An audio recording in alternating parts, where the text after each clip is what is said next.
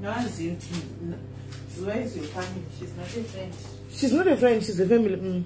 But I think I should pay a catera as a episode. Minaki.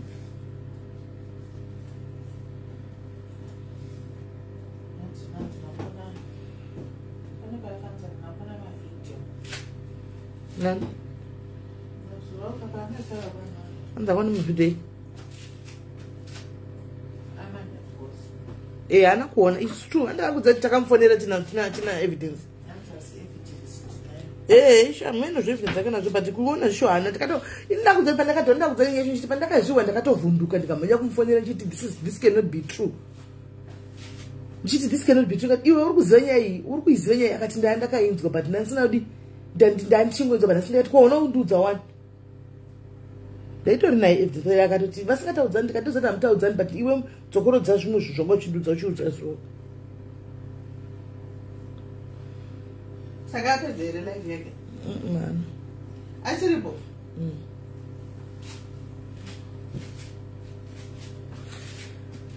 Hey guys, Tazoka. Turn out the stepmother, Vananya. Orungo Zamba, Bakabata, Zamba, but she. Quite how I talked to them. Yeah, I want to say Tina Mat, that it was very. So two of I was. It was when you go African.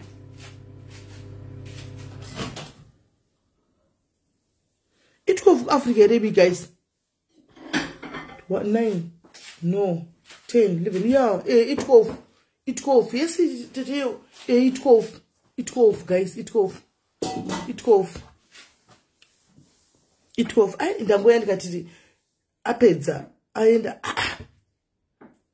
kwanga chinzi Edi wana chiramba ku Edda andanga chiti Edi aramba kuti Edda wedwe aramba kuti Edda mutegei papa tichamu Edda isu pano mutegei timu Edda pano Facebook kuita mutinimira kuondomoka na meli ku zvakoma kuita kuondongora gomo nedzimwe nyaya dzekunyemba. But if I open you so, and tomorrow, yes, tomorrow I am going. But Jakunzo.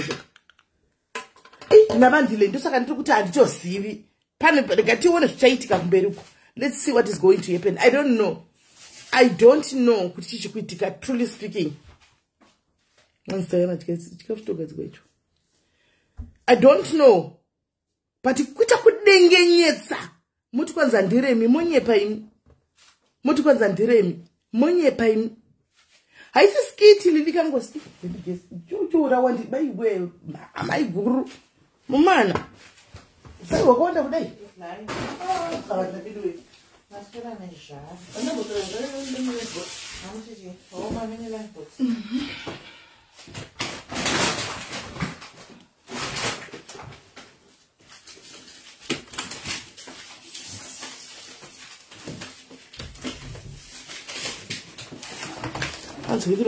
Zvakaipa zvisingatomboiti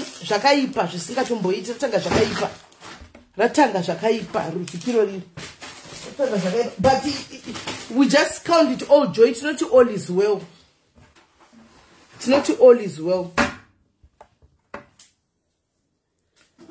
Nothing of saying that I'm phone when number private number. The phone when private number you that is a sangutia enemy phone private number kanzi makwana imba. That is what ene ndikati unozati chi ndikatianza kupinda zviro zviri ndikati antina zvikanzi mukuside kupanga zese dandika ndikatsomudza side randiri ndikati toshimira ipapo vanyatso kuona kuti inangu ndakatongozvimirira ndisha ndikutokwata guys bora rikunaka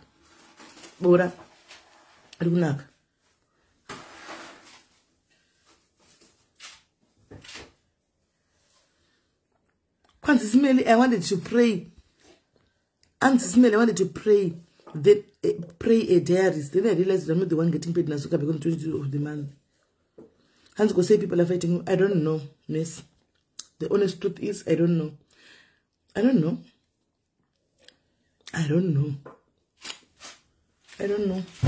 But chandino ziva mutege. But chandino ziva ndechekuti iro zita ranambokudza kuti handitauri nezvarero. Handitauri nezvaro ramuri kunyora mu comment section izvi. muchazoona achizoya akachinda inyepa. Muchazoona ikumberi uko achizoka achinda inyepa. Because guys mukaziva kuti ma socialites akawanda they record for a living. Munobatsirika. Ma socialites aya they record for a living. Ukaona socialite rikatokufonera tikataura newe. Rikakufonera tikataura newe. Rinenge chida kutonzwa nyaya. Saka phone inenge tori pa record. I think ma socialites sendiri munhu anasinga record. Ma socialites ese nasizwa tondishamiso kuti ndino record. Ndatofara paadaro kuti ndodata arwise ma audio mugozviwira noti pokambobuda zvedzimweni mapashurapo.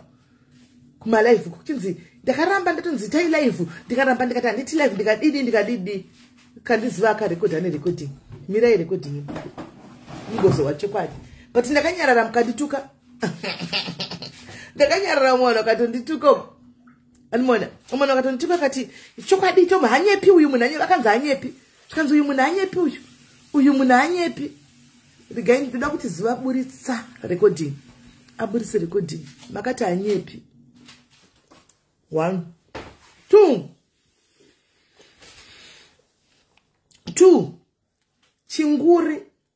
chinguri pa Facebook apataka pauya zita ramuri kutaura remwana we pa social media. I think akandifonera kanokwana kuita ka 2 kana ka 3 but paindifonera, let me be honest with you, pekutanga aibvunza nenyaya yekuti ndakakanganzirwa page rangu. Saka rakanganzirwa page rangu vari kuda text number ndinoiwana kupi? Iyo yangu yekuda kubatsirai. Ndikamuti text number akatomboti ndakapiwa FNB nomwe mundishandisa account yake, but ndikatomti nyaya dzemari dzinonetsa dzinongoda iri account yako. Asi if you don't mind, ndina account yandisingashandisi. Ndogona kupa card rachona. Wogara naro nema details achona. Woisigwa mari yako imomo. That was our one conversation. Pamberi pamwari kudai. Kana ndikanye pamwari ngandirove ndifire pano. Ndiri mukadzi mukuru mbuya vachembera. Handingambopiki chipika zvinhu zvisipo. Ndosaka ndiri kuseka hangu ndichitoseka zvinhu zviri kutaurwa izvi. Ndatodisappointi kana zuva sterek of all the people. Pane vanhu vokuti pasocial media vakataura zvimwe zvinhu you don't believe. Pane vamwe vanhu vokuti vakataura zvimwe zvinhu pasocial media paka you don't believe. Hani muri kunzwa you don't believe. Nokuti vanotaura zvinhu zvokukireta nyaya dzavo mumusoro mavo kuti dziluke real authentic ende vanotokudza kuti sitinotogusanisa muchakonana chete chakugusanisa ichete. Mwana muri kutaura yanga agara achitaura pa live kuti chavagusanisa chete vachakonana chete. Agara achitaura izvozvo pa live pake kuti ndichavagusanisa chete vanokonana chete. Ndo zvari kuita wani, ndo zvari kuzama kuita apa. That's exactly what he's trying to do.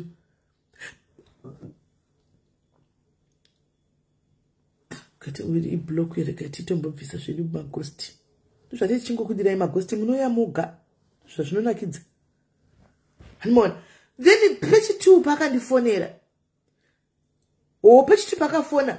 Dzanga dziri nyaya dzaiti ndinopiwa nyaya nevanhu Mama Melly. But aitoti Mama Melly ndinopiwa nyaya nevanhu Mama Melly. But nyaya idzi ndikadzitaura dzimwe dzichinoda kuti nditaure. Kana chida kubuda pachena munozati ndosaka nchiti pane zvikuda kuitika guys. Pane zvikuda kuitika. Ndikamupindura kuti kana makambowachira page kwake nhasi zvazoipa papi.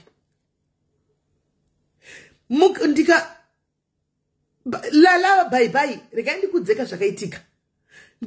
After adaro kuti ndikamva nakuseruko pakandifonerapo ndikati mwanangu, ndaimuti mwanangu, ndikati mwanangu ona, I can give you content isina makuwa. Ndofunga makambomuwa achikudza yuko. Maindiona ndichikomentawo. Ndichiti ndakakuti chii? Ndaimudzora. Ndichiti nyaya dzevanhu idzi. Unogona kuita clean content. Akati ndai mama ndingaitei. Pamberi pamwari kudai. Mwari kana ndikanyepa kudai so ndiri kupika neni mwari ndikanyepa kudai soka. Ndiroveni chamo mudiuraye pano. Curse me today. God, if I'm lying, I want you to curse me. Curse me. It will never be well with me. Mwana yakauya kwandiri. Ndikamuti, look, uyu unokwanisa kuita anti sekuru anku ve social media. Pa social media hapana anku. Hatina sekuru pa social media. Chiuya uite sekuru ve social media. Akati ndingataura nyaya dzei.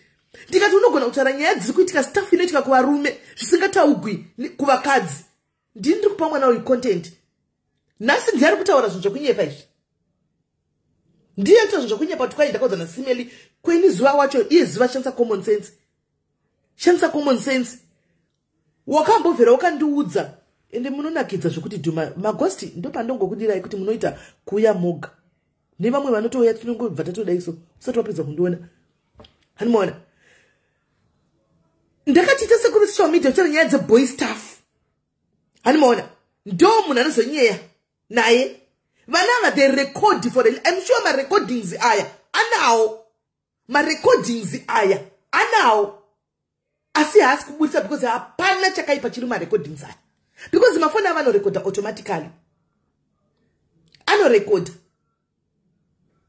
akati ndichazvizama mama but handingazvigoni pekupedzisira paakandifonera achiti nyaya ini zvokuita sekuri hazviiti mama Melly zvamunoti kwanzi everyday mune mchingo ndichi mama sanatana nevanhu saka ndipei imwe content ivu ndirikudza ini zvandirikukudzai kana mchida kuti zvokuti ati kudii zvo hazvina basa zvataura ini ndirikudzai chokwadi zvokuti ati chii koko kwacho ndezvavo izvo amene ikoko ini I'm telling you here what happened saka iye semunin'ina wangu kana abhilivha afunga kubhilivha ikoko ngainde ikoko kana abhilivha ngainde ikoko iwe ziva chinda ikoko kana wabhilivha usazodzoka mangwana back kwandiri don't come back to me tomorrow go there and be told ikoko you guys you record for a living message saka ungadi wapuwa ka recording kana screenshot piwa kana screenshot zvayo at least akadzoka kati ina izvi zvindiri kutoshaya hazviiti nezera rangu kuti ndite sekuru handi ndikati okay ndini uyu hanimaona ndikati okay chita so panouya vanhu makati mina ndikudzemu kana ndichinyepa imi munomufollowa muti ndiri kunyepa makatomboiona content iyo ndini ndakatomudza ndichiti siyana nenyaya dzevanhu nokuti vanhu vaimupa nyaya dzevanhu kuseri uye kuti mama ndakabata nyaya ndoti siyana nenyaya dzevanhu unokuvara ndini ndaimudaro pamberi paMwari ndikati chita content yekuti tikaita nyaya kunoko andika like we advocate for nyaya andi iwe chiitora ufambe nayo mira pachokwadi uita voice of the voiceless ndini ndikumudza ndikati ita voice of the voiceless akatombomanya necontent iyoyo ndikunyepa here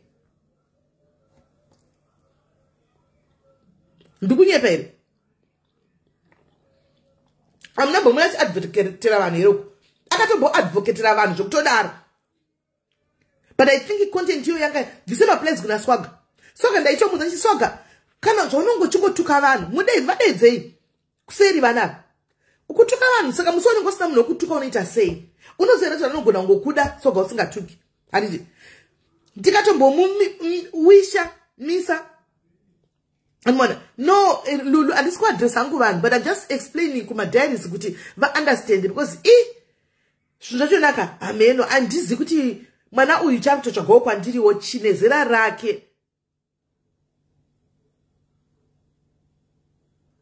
handina kuzviexpecta kuti akagara pasi autononyatsokukuka nyaya dzakadaro you remember achitaura nyaya dzaasoko achiti iye achiuya kwandiri kuzondiudza inini kuti ndaikutukai ndakabhadhagwa $100 namuchembeso kuti ndikutukei you remember achitaura zvinhu izvi akazodzoka akati ndainyepa ndaida ngokuti mutuke muchemberesoko you still remember guys you still remember ndiye munhu akuteregwa nasuwawo akauya akati ndakabhadhagwa imisisi pandai kutuka imi mama Melly ndakanga ndabhadhagwa namuchemberesoko ndikazoona kuti sorry yenyu muchemberesoko ndakanyepa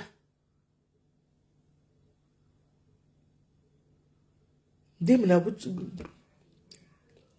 ari kubhilivhwa nasunangikiro ndikasvika pakutoti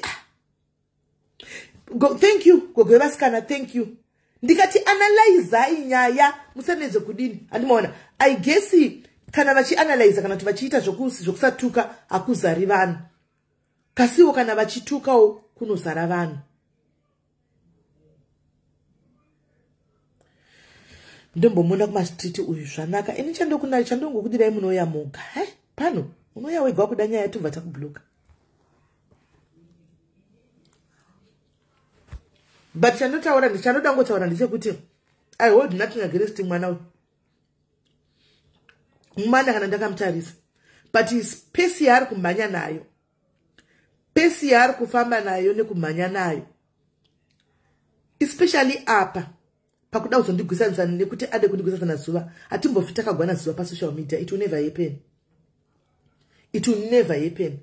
Zuva is shamwari yangu. Zuva is my friend, is my sister. She's not my friend. Zuva is cousin sister yangu. And nimbo findaka akagwana ni pa social media pa ndoko notomtukana kudia nimbo findaka andimbo fi. Mozanye aninya yakabhotaura achiseka pa social media. Andisikumona Zuva ini aripi. Okay, pani mnasema ngikiri. Aha, asisuo. Asisuo.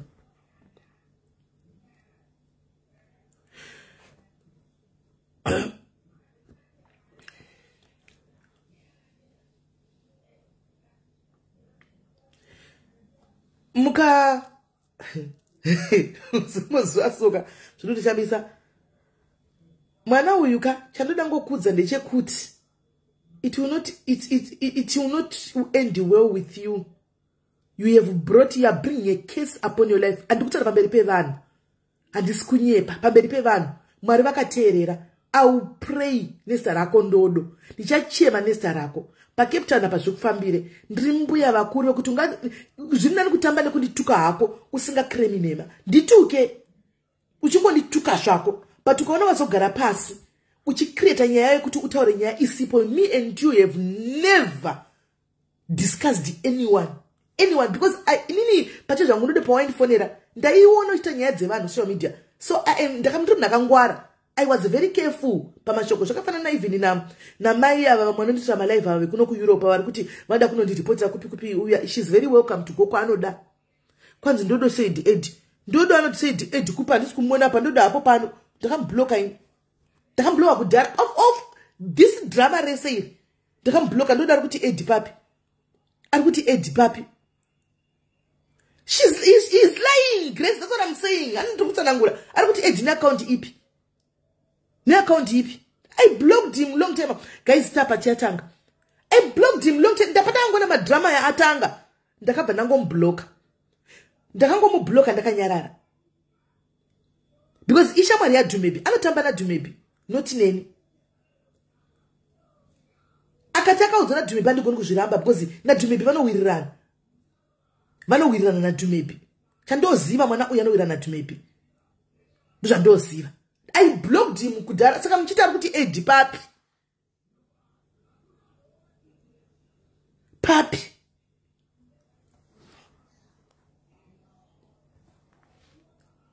uya kanzi ndodo right. I'm trying to aid you. Regain him aid up. I'm trying to you aiding. Regain. These guys, they do record for a living. Apasha iku voice note, apasha iku screenshot. Pane yakanzi ndodo amene kudande imwe second account ere ndamu page ngomutore nezvipere no chimugoti no handina nguva yekutaura handina. There is better pane nzira dziri nani dzekuti zvichokwadi chichabuda pachena. Ina just use prayers chete zvatopera and nditombotaura zvakawanda ndinongonyarira ndotarisa regai vanotuka vatuke vakangwara isati goni kutuka ari kudecline. Declined ari kudecline kuri kudecline rei asiri yei ghost ari kudecline mirai tuone ari kudecline rei ndakadzoka pasama kuti vaita mirai ari kudecline munhu. Oh yes ari kudecline ighost iro asiri it's a ghost account. Maybe I doubt andifungi kuti nditu maybe I doubt because maybe akatozonditi ini ndakazobloka munhu uyu ndikati indaba anoona zvikanzi nyaya dzacho ndakaona kuti dzinogona kuzondipinza pataiti ndiye akatondiudza kudaro. PD akambogara here mugonyeti. That's the first question. And iyezvo akamboduudza here nyaya iyi ndosandati asi kune zvimwe zvaindudza asingandudzi because haanambovera akandiudza nyaya iyi. She never told me about nyaya yekugara mugonyeti. Hatiizivi isu. Inini pachi zvangu zuva uya confirm apa wakambondiudza here nyaya yekugara mugonyeti iwewe. Akagara mugonyeti kupi? Zuva akagara mugonyeti kupi imi? Akagara mugonyeti kupi imi Zuva? Ndinoizivira rehope life. Saka iye pachake Zuva ngaafunge kuti akambondiudzawo here nyaya yekugara mugonyeti because Maswera sei? Guide, how are you? Fine. Inangu handiti zuva handisi ndoda itisisi. Mwari soka God will vindicate me nyaya dzicho dzokunyepa dzawanda. Makambondituka baba vemusikana. Makambondituka pasura apo. Pasura apo. Mira fai. Mira ndopindura brother yangu endaona uko. Baba vevasikana ava vanokurumidza kumhanya nekundijaja havanyatsondiziva. So he judges me according to what he hears from people. Yes, I know kuti anogara chiti mune temba. That is true. But you quickly judge me before usati wanzwa. Pasura apo wakanditukirira.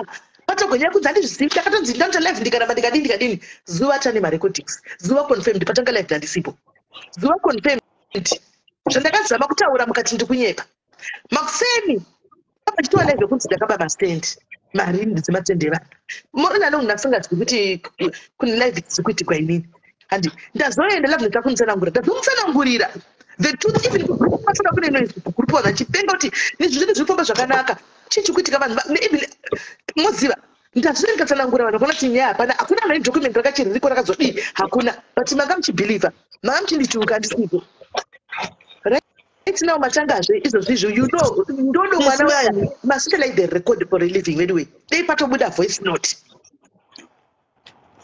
taura hapo fine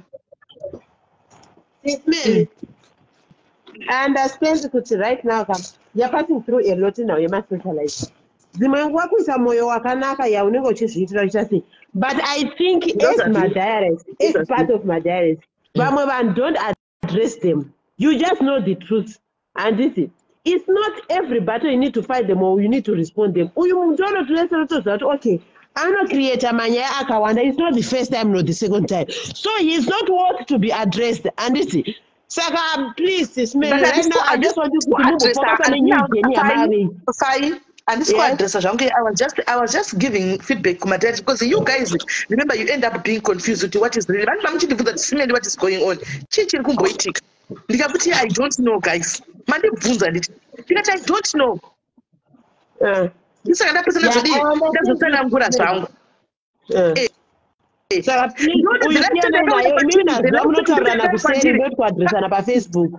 last time ndodo yakazotaura nini nakayachikumbira 1000 he came to me asking for 1000 rands ndikati ndodo handina mari iko zvino but ndichazokutengera ina handidi kupa mari ndichiita kunge ndinokupa mari yekuti or something muswa ndichada kublesa ndichakublesa wakaignore ndinotori nechati yangu naye I have the chat ndogona kuiduritsa I have the chat yangu iyoyo ipapo usati ndamubloka machati angu nawo anaendi nawo ini ndinawo but ndodo kana wakatarisa mwanangu kana wakatarisa zvekushanda zvangu but please I just want you to raise mabva kulong shift avo siyana inavo he is not worth your address aiwa zvichakunakira rigaitisiyane nazvo guys fairi bhori kubasa tokutambuzira kuenda kubasa all right drop me all right sharp anyway you did baba vasikana you did matauriro enyu amunotoita munototadza kuti munenge munoto handizivi ndikati kudini it's just that kuti ndinenge utonekamekana ndikuzivi but ndine soft spot imwe nemi because munombotaura sense animona but you quickly run musati manzo chokwadi chazobuda hacho it might take time but chokwadi imi mwari haadhakwi munoziva mwari agari kumba kwomunhu mwari hapengi mwari haadhakwi mufunge mwari haadhakwi the truth will still come out nyaya dzese dzimwe dzekuti agona zivawo dzekwachi inyaya dzaingobuda pasocial media pa ndopadzaingobuda apa but anyway tasiyana nadzo ngatisiyane nadzo kwanzi kuti mhatichaita stress naye Sophia hatichaiti stress haiwa stress hatichaiti Amanda Mishi vanenge vari kwese baba vasikana vanenge vari kwese every little given time yavanoona pachinzi MELLY vanomeka sure kuti vaenda kunondikanda pasipebhasi vasina chokwadi chero ndikasandiwadze chokwadi kana kuti ndizodini kana ndivape kana vavazvipfiwa kachibvuma haiwawo kwainga wanda ti edi uchideclina ati edi ani muri kuona mirai muone anobva hello ndauya SISMELLY ndauya ndati nditouya tinyatsokupedzerana face to face ndizvozvo chaizvo ndinotokumbirawo kuti undipuritsirawo pandakataura newe ndichikudza kuti ziva anogara mugonyeti nachipadi you and me taitaura pamacalls anditi taitaura pamakosa I never ever ende izvini izvozvo zvamunoziva kuti I never ever record you handingauye neconfident ndichitaura no matter what kuti muchandidzikisira noweni muchandikesa whatever even you hamuzi rodhi yamwari haiuye nekumba kwenyu you destroy me sisimeli 1 iyo nyaya yekwanhingiri kwashepard 2 nyaya kwamadam boss 3 do you still remember dera ndakakufonera ndichikudza kuti sisimeli ndine munhu ada kundiheupa kuti ndiende kueurope what do you did to me after ndakufonerai makaita sei ndakadii ndirimind maybe ndakanga manyai kueurope handizivi musanyepedzere kudzunga taure zvamakaita after ndakufonerai aiwa kamwanangu hauna kuya kuzondituka nditi wauya kutaura neni saka chiriudza kuti nyaya yekueurope yakuti wakandiudza nyaya yekueurope ndakakuti chii ndati zvamukutaura zvokuti kukumbira $100 can you just please put all the zvese information yese yamuinayo nakumbira $100 wakati 1000 ndodo haisi $100 ndati put all the information yamunoziva kuti yamuinayo hatidi kunyepedzera kuda kuteka advantage yekuti mune big following makanondivharisira mukana wangu wandanga ndawane munhu mukana upi kunani mukana upi ko mukadzi wamaita hanzi zvoni ari kubatsira dhumebi kuti aende kueurope makati chikwa makazodi after ndadropa ko makazoita sei kwani muntu rudo tumfone mtelefoni namba yake daro vasikana ndofone iwe ndodo came to me akati kune munhu anonzi ataura nemi akati kuti she just came to me akandibvunza kuti munoziva ndodo ndikati yes I know ndodo because anotaura naye pafonika ndine machats ndikati yes I know ndodo chete that was that akati I wanted to confirm kuti munomuziva here that was it ndokufonera hold on zvazvinetsi uko ndi wata iwe unorekodha ndodo mafoni enyu ari paauto record aiwa ndodo kana iwe wakati ndakataura newe nyaya yazuva chinyaya zuva zvemugonyeti because zuva for all you know nyaya yemugonyeti handiizivi kai nyaya yemuzuva handiizivi kai iwe ndodo nyaya yemunhingikiri yemugonyeti handiizivi toinzwa pana zuva wachakambondudza here nyaya iyi kuti ndizoiziva iyi handiiziva nakondudza zuva saka iwe ndaizokuza ndichiiwana epini nyaya iyi ine ndichiudza iwewe ndodo iwewe ini ndokubva ndagara newe pasi taura nyaya ndodo zuva ndodo when you came to me kwainde dzoka ndodo when you came to me uchitaura nyaya kuti ndikuti siyana nekonde ndekutuka vanhu that's what you came to me for uchiti naiva masaka ndoitei dzoka send a request ndizvakaoma munhu wari kutaura akangoti indai munobvunza sisimeli iye ndakapa reference indai munondibvunzira sisimeli vanondiziva munhu iye anambobvunza zvakawanda akangoya akati munoziva here munhu anonzi ndodo ndikati ndomuziva ndobva toenda akati I wanted to confirm kuti munomuziva here that was it mirai timufonere chero dhumebi akazviwa ankatoshamisika kwanzi makandivharira mukodo izvi kwai makandivharira mukodo imi ndozvaanoita hela mumuzivi ngadzoke atiza uye hako titaure mirai timufonere nemunzi kuti akambotaura akangoti do you know ndodo ndikati yes ndomuziva that was it ndodo atonditi ndapamba pane munhu achakufonerai chete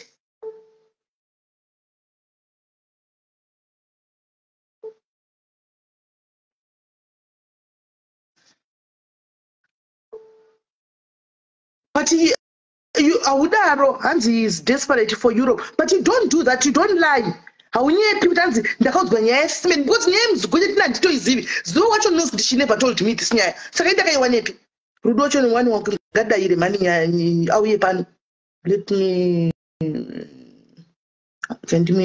ndikaendinde anowanzotambira kuushu kunonzi chii kutelegram mirai tiende kutelegram tsvage rudo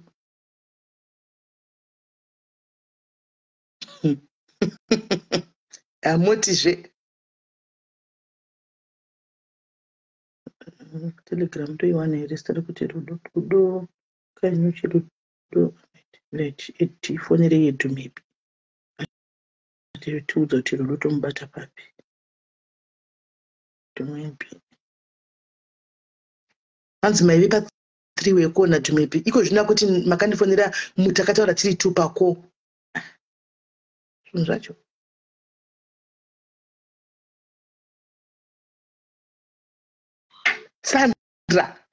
Sandra kwanzi nzira yekwamwari haipfuuri nekumba kwenyu yangu nzira yekwamwari haipfuuri nekumba kwangu ufunge asi mwari vanojustify mwari vane justice ndozvavakanakira mwari vane justice I'm shouting, okay. Me bocha abata ufuti.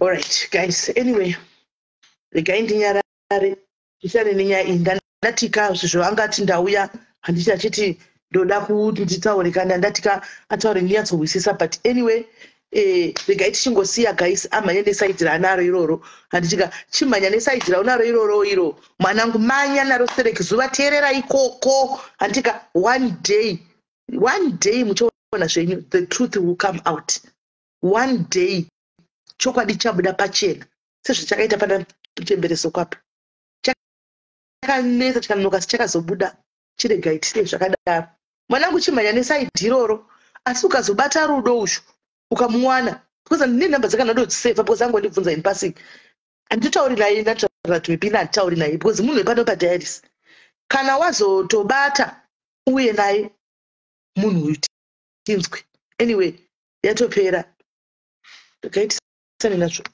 gai nditofonera hangu yesu vamunin'ini wangu ndiye wandikati oho rudo I'm looking for you rudo this is the person wandikutsvaga rudo I'm looking for you I'm adding you rudo no rudo izviye ndamuwana rudo ndamuwana uyu rudo uyu yesi rudo Hello, ICC. sorry wena kutsvaga usiku naivedu kwanzi ndakavharisira COS randodo takataura newe kuti kudii panyaya yandodo Sissy Mary, I don't know what COS is this with Ndodo? Sorry, let me just get downstairs. Sorry, guys, take him. Sorry, inyaya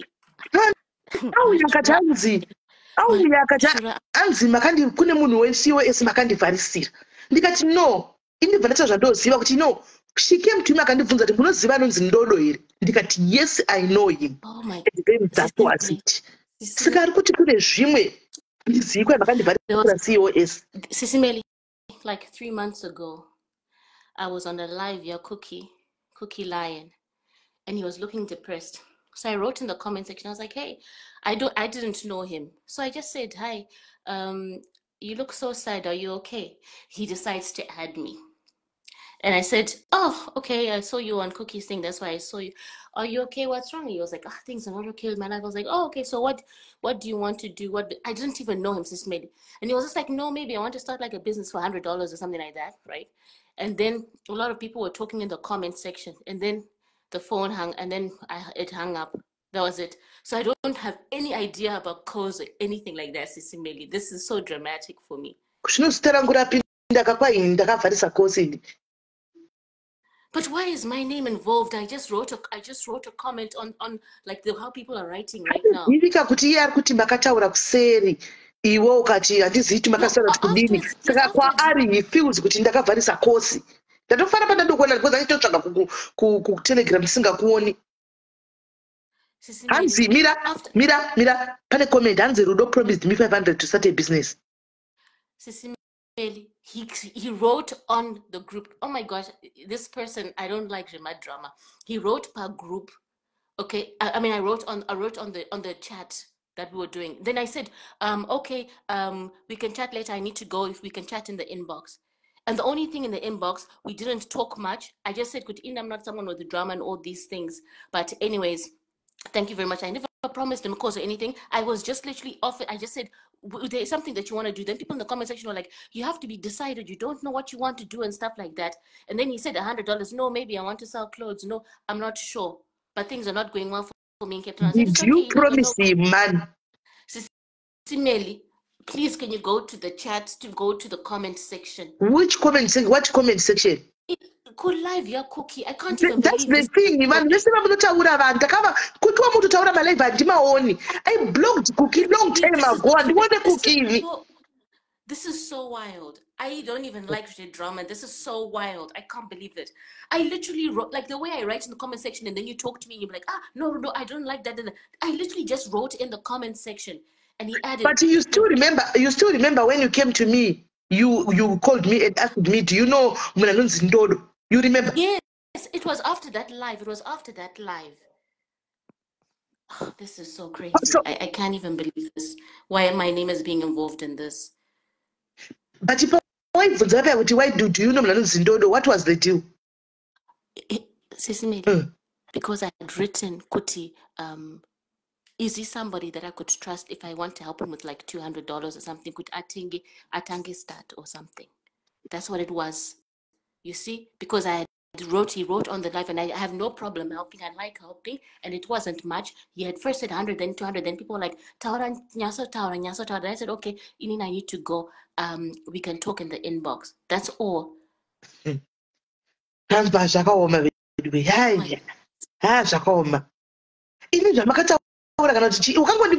just came to me and said Smelly, ndikati hello, ukati ndiri busy. Do you know a guy named Ndodo? Ndikati yes, I know him. That was it. Ukati things I wanted to know. That was You know it. what?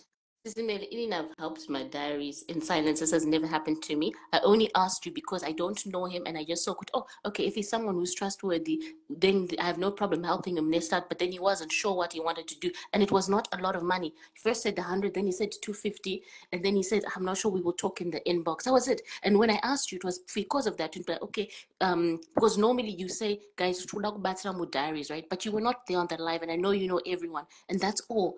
I have no idea what this cause story is and all these things are. The thing is, I blocked Cookie long time ago. Because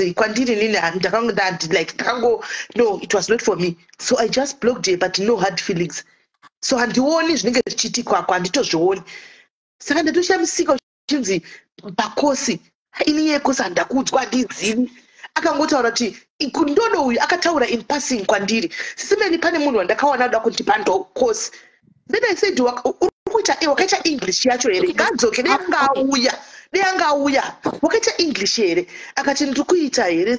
Oh no, akati nditori keara kwandiri kushanda. Ndotopanoita kubasa pa ndokubasa rangu randoshanda. Ndikati asaka good for you. It was in passing ndishora kuti Ndodo wacho. Hanambodwa kuti kuna sponsor auya ina wani. Hanambondudza. If this is the case, why is it that we only spoke that one day? Nothing about it. I'm even surprised. Because ndasingatauri naye nguva yakare ndasingatauri naye every time Ndodo kazhinji paitaura naye totaura ndatsvaga zano kana kutaura zvemapeji handina bvunza rakataura ndosaka ndiri kuseka nyaya yezuva because azokanganisa pakutaura nyaya yemugonyeti yandisingazivi iye zuva yasina mbondiudza ndosaka ndoti asi zuva iwe wakakanganisa wakaundiudza zvimwe uchisirira because yegonyeti ina unaundiudza handizivi kai iwe ranganira kuti wakandiudza iyi saka Ndodo kana chitaura kaiwanepi. Ndodo, please. I didn't know you on that live, and I literally was commenting like everyone else, and my intentions were good. And I literally, if you had given me, like you said, a proper plan, you didn't. People in the comment section were even saying that was it. And I said, I'm not someone with drama.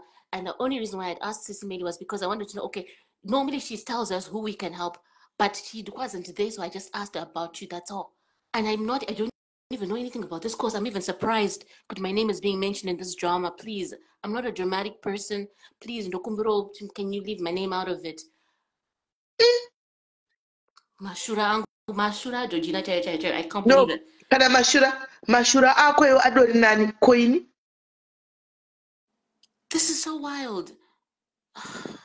Hanzi ndakavharisa mpinga yangu endatotaura pano zvompinga yacho ndaita laki ndandiri busy kufona panhamba yako isingapindi ndikatega ndikutsvage kutelegram ndoona handisi kukuona sana ndakutotega nditsvage dhiwe banditi pamwe namba nyuwani because ndanditaure I don't even talk to ndakumbotaura narudo uyu ndiri kuno kuuk paya pandakamboya paya handambotaura narudo ipapo. This is why anyways, now I've learned my lesson. I'm never going to comment. I'm never going to write anything or comment. I don't want to write anything anyway because I can't believe it. There was no cause. People were actually commenting Tichinora in the comment list. Literally Tese. So I'm surprised, Rakunzi, because you've never contacted me since. We spoke that one day and that was it. I've never spoken to you since. I didn't even know you before. And that was like, I think 3 months ago. And we spoke maybe for like 5 minutes. So I can't understand what all this is about. Hey. Anyways, anyone, anyone I've ever dedicated to help Sisi Melly, You know that, and that's it. I don't know about all this hula balula stuff, and this is what I try to avoid, all this drama. And I didn't know, if I knew he was dramatic, I wouldn't even have commented on Cookie's life. Wapita busy nenyaya yemasiwo esu. Wai une masiwo esu ere tipo. I'm just praying to God, my mother and Muke on my. It's okay. Uko ndipo kwa namba zako nditsero message ku WhatsApp ndiko save namba zako. All right, I'll send you on Telegram. Anditi the Telegram ini. Ora ichipo. Uye nikise. Asi Mwari vakanaka nimaona tangobudikira meno kwabva onako. Angobudikira meno kwabva nako. Mufunge. Yemakusa nditoizivi. Animona. Sokuti kwa ndakavharisa kosero umunhu bedwe ndingoita utsinyo kuvharisira mwana kana sandodo wandotodawo kuti achinje life yake ndigomuvharisira mukoto kuti awane nikikiri kosi vasikana nyatsikana ndimi wonyatsokupafunga iwo nyatsokufunga iwo naiwe mwana ndigokuvharisira mukoto watowana kose kuti ubude ndikatokubatsira zvoti mari yendege unayo here tibatsirane uye wonditi zvanzi ndakanikirira ini ndobatsira zvinhu zvinenge zvine reason zvine musoro ndigotouya chokwadi nchiti inini ndatovharisira kosi iwe uri wainditsanangurira mashandiro aunoita kuhomu kwako kwaunoshanda hausi wainditsanangurira kushandira kwako chiti simeli ndobata madhoti ndozoda hausi wainditsanangurira nchiti ndezvikangooma nezera rako wasangana nezvakawanda mwanangu ndobva ndakuvharisira ndosaka ndati nzira yamwari haipfurile kumba kwangu asi Mwari vanotonga zviri fe Mwari vanotonga zviri fe Mwari havambopfurile kumba kwangu ndochokwadi but pane chokwadi Mwari vanobudawo nechokwadi vachaburitsa havo chokwadi ndo chokwadi nzira yamwari hauinde kumba kwangu asi chokwadi Mwari vachachiburitsa havo newatsvaga imwe yekutaura manje yekunzi mugonyeti asi guys nyatsoskushandisa yo brain tokubva ndatonyatsa kutoti kutaura zuva nadodo nyatsofungai guys kwai mimi ndasingakurekodhi inini ndasingarekodhi vamwe vese vanorekodhwa ndini ndoga ndangasingarekodhwi ini apa ndinambotara nekana kwana taka 5 mwana uyu akabva ngotsaidwa kuti handiva rekodhi ivo voga vamwe vese vanorekodhwa ndini ndoga ndisina kurekodhwa guys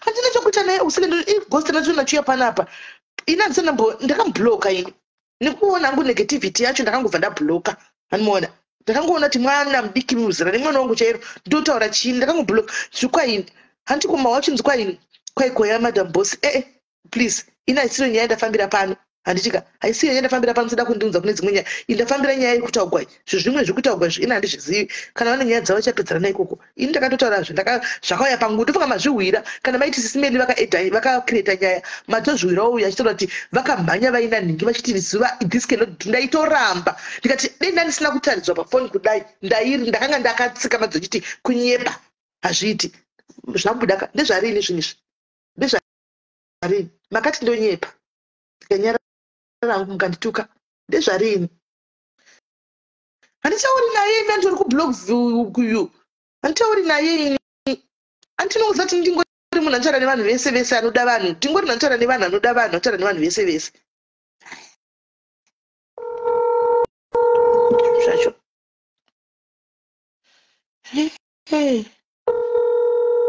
and you can see him on live with 30 people every day. I don't care. But zvanoita vana vekuti nenge chitozama kutobatsirawo one day kana zvazoitawo Mwari wakakutungamirira nokuti ndozvandiri but akaipa anzisiyana iri mahalula balula ndazviwa mbiya chamisa ndotaya kufanira zuva wacho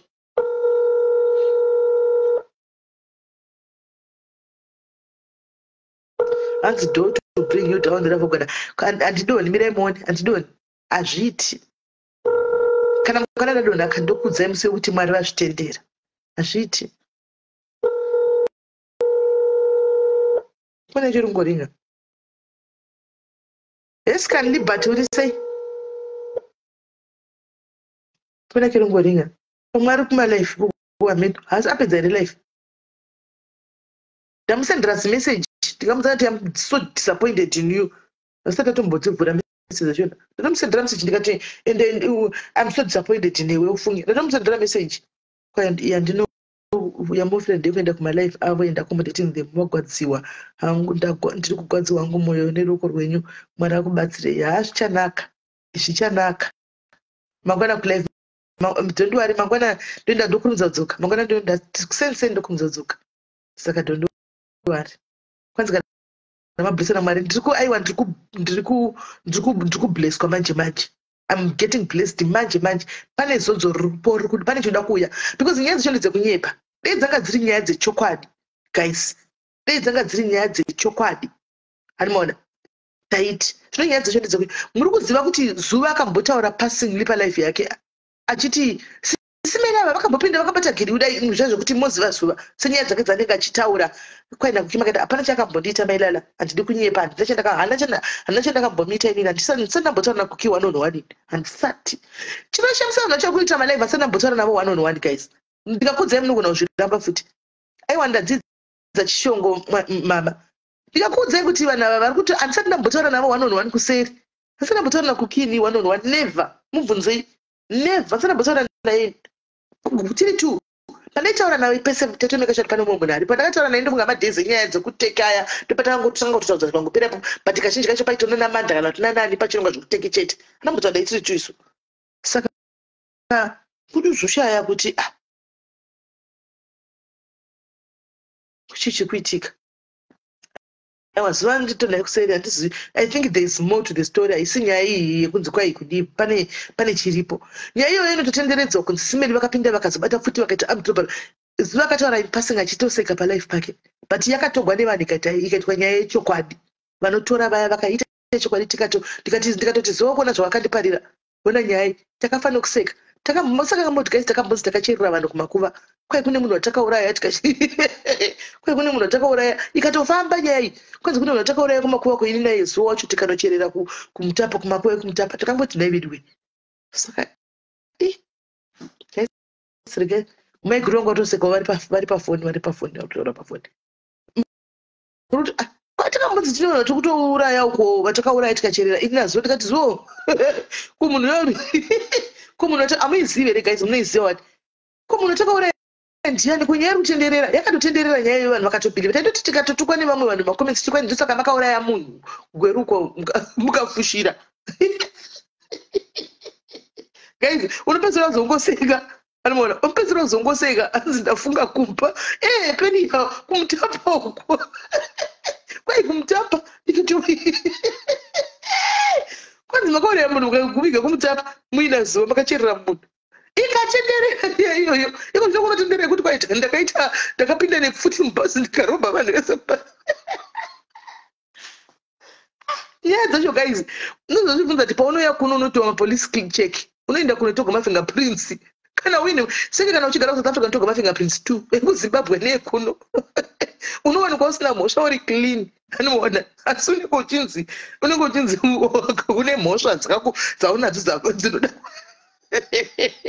ndopaunongona kuti social media soka unongofa unopedzera ungofa nokuseka animora pedzera ungofa nokuseka chokwadi anzi yakanisa nyaya iyo tiri kuiziva kaNSHP anzi ndakahaijeka bhazi ndiona ndokureva zveAngela yekuti kwadi ndakahaizeka chaijeka guys nyatsokuimagina indiri Queen Latifah ndichipinda mubhazi rakazara vanhu guys ndakabata AK47 ndichiti everybody down chiti everybody down ndipe zvikwama zvenyu maselfoni ndichiropa asi handakunda kujera hangu ndofunga ndangoraramawo nelaki kuZimbabwe so ndakakoraramawo nelaki so amen imi nyaya dzacho unopedzera uzongoseka oraita Zuva ri kudadahira pazuva nzi tiri kubasa ndikufonera bai machi unopedzera waseka dzimwe nyaya dzo unongoseka wongodarika wongoti ndingetisiyei zvako ini yangu yandoziva ndakaita ndeyaya ndokana chikudza yetambo yetambo ndoyandoziva yetambo yaya dembanyarasana aiwa ndikutoseka zvangu musadzivirira kudaro vasikana handiti munoziva kuti imimi mirai ndimbokuudzai imimi mirai ndikudzei imimi mani munoziva kuti kana ukapinda munyika munomu handina mhosva yandakapara chero ndakapara mhosva dziri parekodhi kuSouth Africa muno munyika ndedze kuSouth Africa ka kana ndine police clearance iri clean ndakapinda muno chete it means I am clean ndizvomufa kuziva izvozvo mona kuti kwakunozonzi kuri kudika inandisi dofo guys zvokunyanya kuda kuzosaiziwa nekupuhwa tumastatements tumwe twakadhaka dhakwa handisi dofo zvekudaro handisi dofo zvekudaro hanzi munhu agonekwe kungotaura uziwapasira waseka dzimwe nyaya dzichina utsamwi unoumburuka senge iyo ndizuva yake akataura achiseka zvezvaanoita zvazvi regai good waita zvakanaka vhiki good for coming thank you for coming animona saka ndakangoti wezvozvo wandite nyaya dzako dzangotasenge nyaya dzake dzanotara dzechihure dzanenge achiti ndakazoita chihure changu ndikazoita inyaya dzake dzemusoro make dzanenge achikiriyeta achiyachiudza ake mazivanesheni ake obva akireta nyaya yandiona kutaura izvozvo kwanza british aiwa kana achityisa tozozviona ipapo musada kutifundisira kutyisa kuti havasi vane vanodhila neevidence hakuna nyika inodhila nezvinhu zvisina evidence vanodhila neevidence musada kungotifundisira zvinhu zvisipo guys munomu mune vanhu vakatakaona chipara mhosva munomu vachipara mhosva dzimwe dzichitoona pasocial media apa chinzi vabira chembere vabira machi vazodini vadini vari kungofamba vari muno vasina kana mapepa zvandotoziva isusu moda kuzoswa kwanzi indistorina kana record kana chii kana criminal record handina moda unozati hanzi mabritish anotyisa ndimo chikotona inandiwatyi chaini indikasunga guys ndogona kukuza ndakudzokera kuafrica ndikazozvifunga mukazi ndona ndakatoti chakaenda ndakaenda moti ndotla imi moti ndotla kudzokera kuafrica mika ini amunyatsa kundiziva ini amundizivi ini but anyway it's a story for another day England chandakawira naiwe beti chandakawira ndakaita cold defeat ndakuti ndakadhirega ndafankuya November achitanga ndikadhirega chiunja chidi ndichakutaridza ndichakutorai mascreenshot emameseji ndikupostira zvitoganaona kunondisira muromo mumino kudai takatoudza shama dzedu takuda kutozoenda tikazodai tikazika ndichingoita puresha baba kwangu ndikuvaudza kuti aindai hesi gogo effort aindai indai ini ndine plan dzangu dzekuzodai saka ndinotengobva panji aindai ndabva ndatoti zverega ndidai saka ndishura ndakakumbirira mberi kwako guys zvakaoma haiwa nditereri zveiyese ini anameri ndine madhairies ari pano 3 anoshanda kuhome office 3 diaries who works at home office vanondiscreenshotera vanondiscreenshotera ndikikiri vanondipa mitemo machapter what chii ndine bhuku kudai randakapiwa nemadhairies angu 3 anonikirira andakapiwa kuchinzi musavhundusigwe mitemo ushu itai yamunoita vanhu vakatondiudza zvanhu zvisingatodiwi ndotozviziva the 3 madhairies ari panapa anoshanda kuhome office umwe wacho nditori nechinzvimbo kuhome office uku kuLondon uku chihokoko paHeathrow pai pamoti panotyisa ipo paya saka akandipa maguidelines ose ndinawo zvamusika ndakatora ndine timu riri kuko rekoko kuhome office kokwacho pamuchipai kochita kunodini handika ukuti ukatomona you never know kuti musipi you never know 3 Messi iyo reason iyoyo yandipinza pakaoma reason iyoyo yakatooma sikana mailai maswera sei but anyway tima plus 44 hasi ese guys hanzi situwa kuchabvumirwa zvemakosi ina handina kuzvinzwa kwaita mirira case number 3 ndeipi case number 3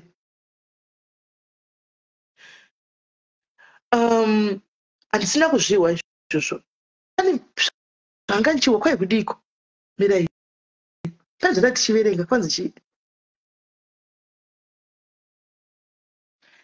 handidi kutaura zvinhu zvokunyepa guys ndozotanga kutaura zvinhu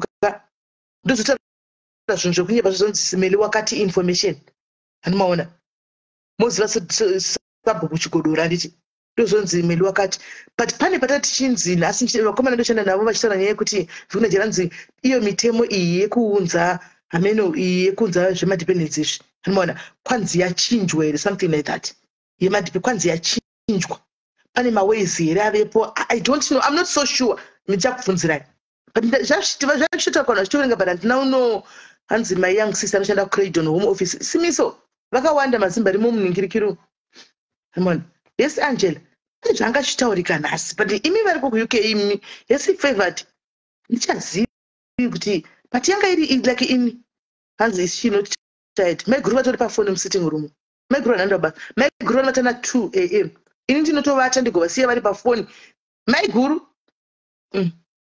vari musitting room anenge vari pafoni kana mamovie vanovatana 2 munovata nguvai maiguru imi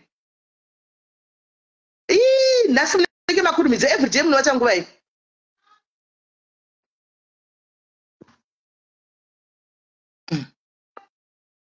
ndakarara late indotovata dzimwe nguva ndotomuka ndindotoileti vachingove pafoni vachingotaura zvavachingoseka mon saka gaitsirega ndedi kunovata tositaura mangwana haisi nyaya vedu we